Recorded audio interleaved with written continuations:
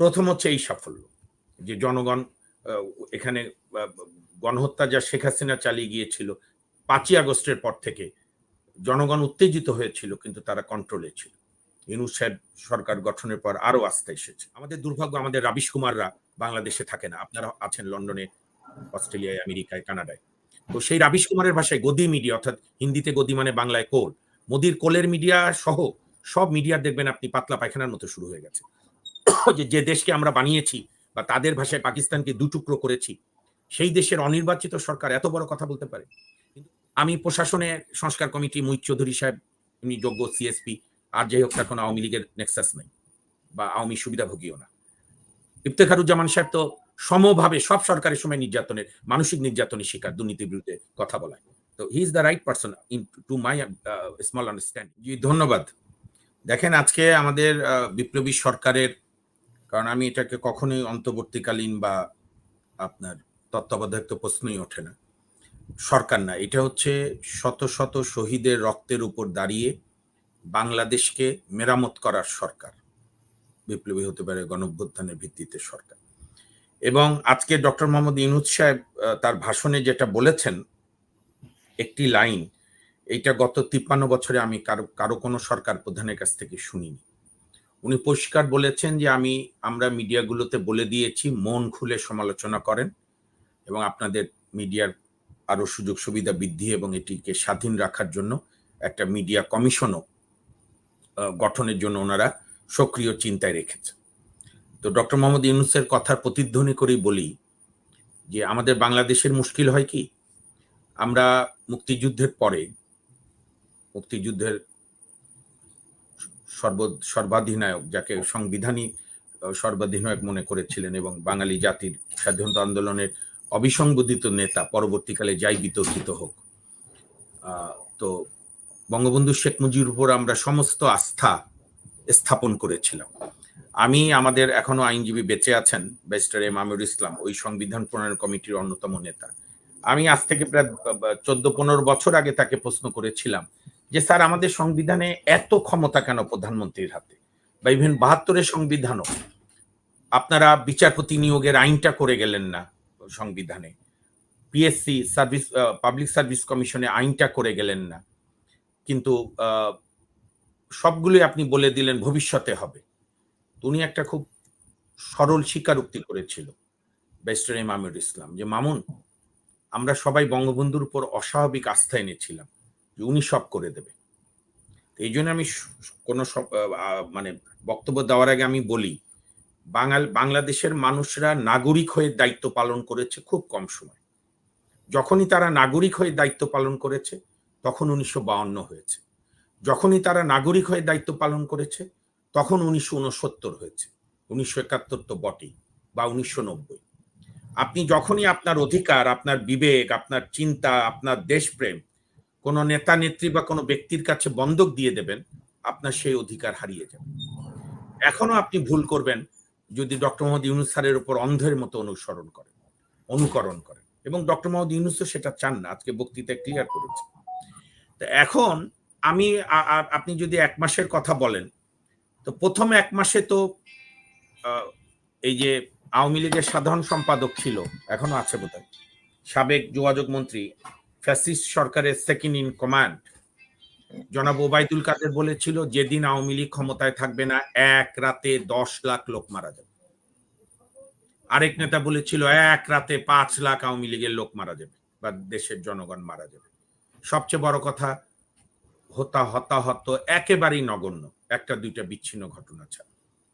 প্রথম হচ্ছে এই সাফল্য যে জনগণ এখানে গণহত্যা যা শেখ হাসিনা চালিয়ে গিয়েছিল 5ই আগস্টের পর থেকে জনগণ উত্তেজিত হয়েছিল, কিন্তু তারা কন্ট্রোলে ছিল। ইউনূস সাহেব সরকার গঠনের পর আরো আস্থা এসেছে। আরেকটা বিষয় কি, 53 বছর ইতিহাস, আমি সব রাজনৈতিক নেতা এবং সরকার প্রধানদের উপর শ্রদ্ধা রেখেই বলতে চাই যে ভারতকে চোখে চোখ রেখে যে বক্তব্য ডক্টর ইউনূস দিয়েছেন, শেখ হাসিনাকে আনসার টু কিপ কোয়াইট সহ, এইটা ভারতের মিডিয়াগুলো যদি আপনি দেখেন, ইভেন এনডিটিভি যারা একটু ব্যালেন্স করে, মোদির গদি মিডিয়া তো আছেই, রাবিশ কুমার ভারতের এক বিখ্যাত সাংবাদিক, আপনারা জানেন যে এনডিটিভি যখন গৌতম আদানি কিনে নিল, গৌতম আদানি কোনো কিছু বুঝে ওঠার আগেই রাবিশ কুমার তার 96 সালে জয়েন করেছিল, প্রায় 28 বছরের চাকরি জীবন থেকে বিনা বাক্যবায় পদত্যাগ করলো। আমাদের দুর্ভাগ্য, আমাদের রাবিশ কুমাররা বাংলাদেশে থাকে না, আপনারা আছেন লন্ডনে, অস্ট্রেলিয়ায়, আমেরিকায়, কানাডায়। তো সেই রাবিশ কুমারের ভাষায় গদি মিডিয়া, অর্থাৎ হিন্দিতে গদি মানে বাংলায় কোল, মোদির কোলের মিডিয়া সহ সব মিডিয়ার দেখবেন আপনি পাতলা পায়খানার মতো শুরু হয়ে গেছে। যে দেশকে আমরা বানিয়েছি বা তাদের ভাষায় পাকিস্তানকে দুটুকরো করেছি, সেই দেশের অনির্বাচিত সরকার এত বড় কথা বলতে পারে? কিন্তু যেটা ভারতের ইন্টেলেকচুয়ালরা, ভারতের মিডিয়ারা বুঝতে ভুল করছে, যার কারণে তারা আরো জনগণ থেকে, আমাদের দেশের জনগণ থেকে বিচ্ছিন্ন হবে, সেটা হচ্ছে ইউনূস সাহেবের সমর্থন ঠিক যেরকম 72-এ বঙ্গবন্ধু ক্ষমতায় আসার পরে যে সমর্থন কয়েক মাস ছিল, 2-3 মাস, সেরকম পর্যায়ে জনগণের ম্যান্ডেট রয়েছে। জনগণের ম্যান্ডেট শুধু সিল মারলে হয় না। তো এই কারণে ইউনূস সাহেবের আজকের আমি অত্যন্ত খুবই পজিটিভ বক্তৃতা উনি দিয়েছেন, সবসময় দেন।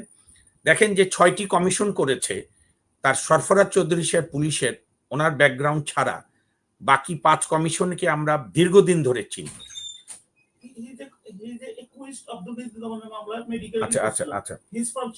আচ্ছা, তো আপনার ধরেন নির্বাচন কমিশনের সংস্কারে এটা বদিউল আলম মজুমদারের ব্যক্তিটা কে আছে, বিকল্প নামগুলো দেন, এবং সেই নামগুলো ওই কমিশনে তো মেম্বারও হতে পারেন তারা। এবার আসেন আপনি সংবিধান সংস্কার কমিটি, সেখানে doctor Shahidin Malik is properly competent, apart from various limitation থাকবেই, এবং ডক্টর শাহিদিন মালিক কোনো দল করেনি কখন, বরং শেখ হাসিনার আমলে সাহস করে যে কয়েকজন বলতেন কথা, তাদের মধ্যে উনি একজন। আমি প্রশাসনের সংস্কার কমিটি, মুহিত চৌধুরী সাহেব এমনি যোগ্য সিএসপি, আর যাই হোক তার কোনো আওয়ামী লীগের নেক্সাস নেই বা আওয়ামী সুবিধাভোগীও না। ইফতেখারুজ্জামান সাহেব তো সমভাবে সব সরকারের সময় নির্যাতনের, মানসিক নির্যাতনের শিকার, দুর্নীতির বিরুদ্ধে কথা বলায়। তো he is the right person in to my small understanding. তারপরে জাস্টিস শাহ আবু নাইম মমিনুর রহমান, অত্যন্ত সাহসী ব্যক্তি। উনি 111-এ জরুরি আইনে সেনা সমর্থিত সরকারের চোখে চোখ রেখে বর্তমানের 2 প্রধান নেত্রী, বিএনপির বেগম খালেদা জিয়া এবং আওয়ামী লীগের শেখ হাসিনা, দুইজনকে তিনি জরুরি আইনে বেল দিয়েছিলেন এবং বলেছিলেন যে এরা পালিয়ে যাবে কোথায়, এরা তো দেশেই থাকে।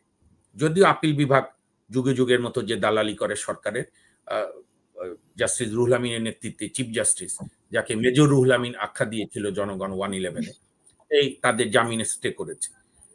শওকত চৌধুরী, সরফরাজ চৌধুরী সম্পর্কে নানা রকম কথা শোনা যাচ্ছে, নিশ্চয়ই ইউনূস সাহেবরা সেগুলো কনসিডার করবে।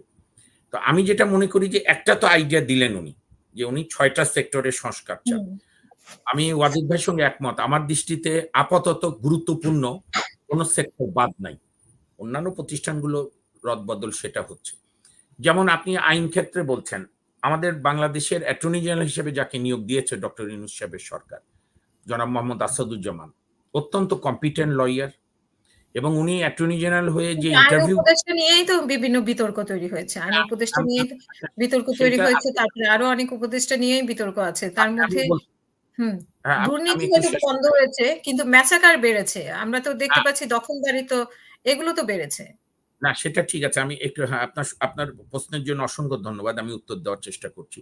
ধরেন অ্যাটর্নি জেনারেল মোহাম্মদ আসাদুজ্জামান সাহেব, সিনিয়র অ্যাডভোকেট, উনি অ্যাটর্নি জেনারেল হয়ে প্রধান বিচারপতিকে সংবর্ধনায় যে ভাষায় বিচার বিভাগের অতীতের কৃতকর্ম এবং নতুন বিচার বিভাগ যেভাবে উনি দেখতে চান, উনি বলেছেন যে আমি সরকারেরও অ্যাটর্নি জেনারেল, আমি রাষ্ট্রের, এবং আমাদের অনুচ্ছেদ 64-তে আছে যে রাষ্ট্রের অ্যাটর্নি জেনারেল, এবং উনি ওনার ডিআইজি সহ এইজিদের ওরিয়েন্টেশন প্রোগ্রামে গত সপ্তাহ 2-1 আগে, সপ্তাহ 1.5 আগে বোধহয়, উনি বলেছেন, আমি একটু শেষ করি, একটুখানি, উনি বলেছেন যে সরকার আর জনগণ, রাষ্ট্রের সঙ্গে সংঘাত হলে আমরা রাষ্ট্রের পক্ষে অবস্থান নেব, এবং উনি অ্যাটর্নি জেনারেল অফিসের স্টাইল পাল্টে দিয়েছেন, যেটা সাবেক মাহবুব আলম, প্রয়াত মাহবুব আলম সাহেব বা আমিনুদ্দিন সাহেবদের সময় সারাদিনই অ্যাটর্নি জেনারেল আপিল বিভাগে গিয়ে জামিনের বিরুদ্ধে বসে থাকতো, আসাদুজ্জামান সাহেবের অফিস একদম বদলে গেছে।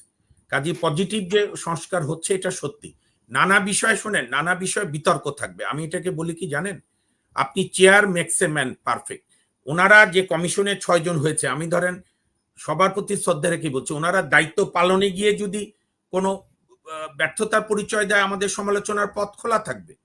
কিন্তু একটা মানুষ দায়িত্ব নিয়েছে, আমি তো আমার জানা মতে 6 জনের মধ্যে 5 জনকে কেউ ব্যক্তিগতভাবে আমাকে আমিও চিনি, কাউকে আমরা গত 20-25 বছর ধরে এইগুলো সংস্কার নিয়ে কথা বলতে দেখেছি নির্মমভাবে, আনঅ্যাপোলজেটিক ওয়েতে, সে ক্ষমতায় আওয়ামী লীগ থাকুক বিএনপি থাকুক।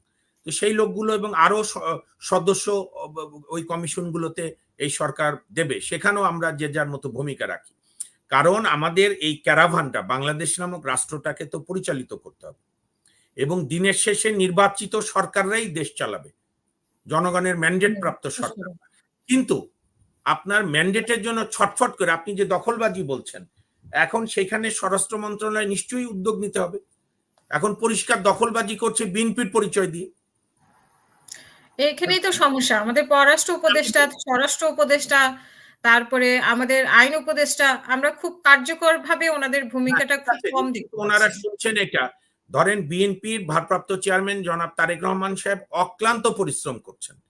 বিএনপি কালকে দেখলাম রুহুল কবির রিজভী স্বাক্ষরিত বিএনপির দুইটা, আমি এটা খুব পজিটিভ দেখতে চাই, দুইটা তারা, এবং আমি ক্যাভিয়েট দিয়ে রাখি, আমি কখনোই বিএনপি করিনি, বিএনপির সঙ্গে জোট করেছি আইনজীবীদের জন্য, সেটি আলাদা। এখনো বিএনপি রাজনীতি করি না, কিন্তু বিএনপি তো এত বড় সাহসী যে দুইটা সিদ্ধান্ত তারা ওয়ার্ড পর্যায়ে জানিয়ে দিয়েছে। প্রথম, কোনো শোভাযাত্রা হোন্ডা করে শোভাযাত্রা করা যাবে না।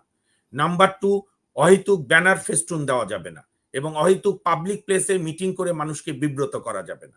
এখন যেটি দরকার, স্বরাষ্ট্র মন্ত্রণালয় অ্যাক্টিভ হয়ে দলমত নির্বিশেষে যারাই চাঁদাবাজি করছে তাদের গ্রেপ্তার করুক।